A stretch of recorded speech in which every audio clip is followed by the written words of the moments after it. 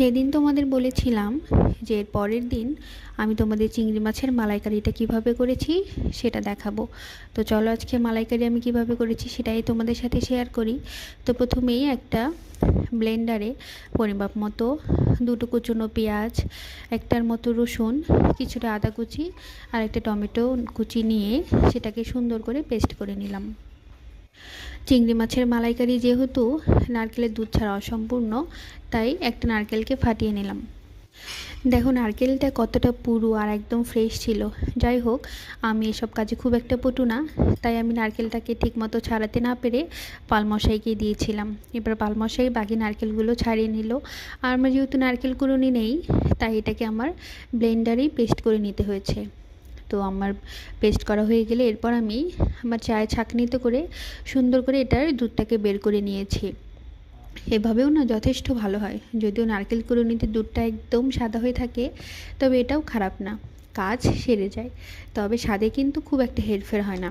এরপর এই তো আমি যে কয়েকটা চিংড়ি মাছের মালাইকারি করব, সে কয়েকটা চিংড়ি মাছ, সাথে কয়েক টুকরো কুচনো কাঁচা লঙ্কা, সেই পেস্টটা আর নারকেলের দুধটা পাশাপাশি রেখে দিলাম সব রেডি করে।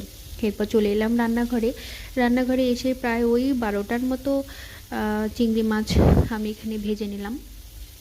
চিংড়ি মাছ অল্প তাপেই রান্না হয়ে যায়। যাই হোক, খুব অল্প সময়ের মধ্যেই সবগুলো চিংড়িকে উল্টে পাল্টে ভেজে নিলাম।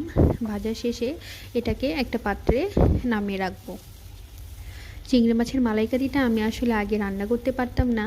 বিয়ের পর আমার শাশুড়ি মায়ের কাছেই এটা আমি রান্না করতে শিখেছি। যাই হোক, এরপর সেই চিংড়ি ভাজার যে অবশিষ্ট তেলটা ছিল, সেই তেলের মধ্যে হাফ চামচের মতো জিরা আর কয়েকটা কুচনো কাঁচা লঙ্কা দিয়ে দিলাম। কাঁচা লঙ্কার জিরা থেকে একটা সুঘ্রাণ বেরিয়ে এলে এরপর আগে থেকে পেস্ট করে রাখা সেই পেঁয়াজ, রসুন, আদা আর টমেটোটাকে দিয়ে দিব। মশলাটা কষে এলে 1 চামচ ধনে গুঁড়ো আর 1 চামচ জিরে গুঁড়ো দিয়ে দিব।